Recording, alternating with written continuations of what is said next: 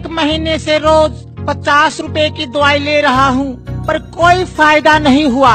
कोई बात नहीं भाई साहब, कोई बात नहीं। कल से मैं तुम्हें 40 रुपए की दवाई दूंगा, 10 रुपए का फायदा होगा।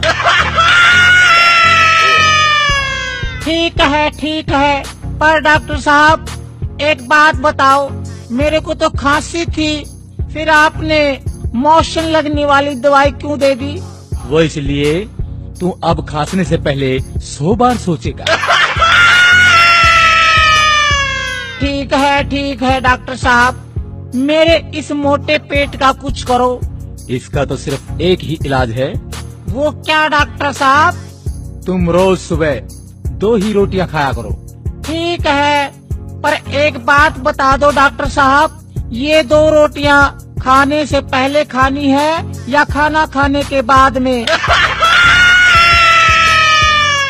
ओहो, चल रोटियों को छोड़ो।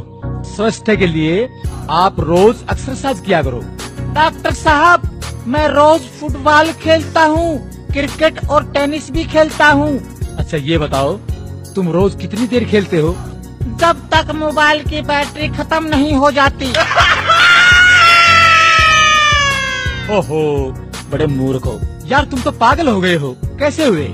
मैंने एक विधवा से शादी की, उसकी जवान बेटी से मेरे बाप ने शादी की, तो मेरी वो बेटी मेरी माँ बन गई। उसके घर बेटी हुई तो वह मेरी बहन हुई, मगर मैं उसकी नानी का शौहर था, इसलिए वह मेरी नवासी भी हुई।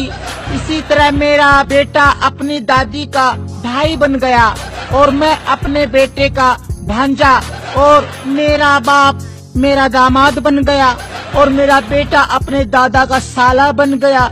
और अबे चुप कर, मुझे भी पागल करेगा क्या? लो ये मैं दवाई लिखता हूँ। डॉक्टर साहब दवाई जरूर लिखो, लेकिन कड़वी मत लिखना। अरे चुप कर बैठ।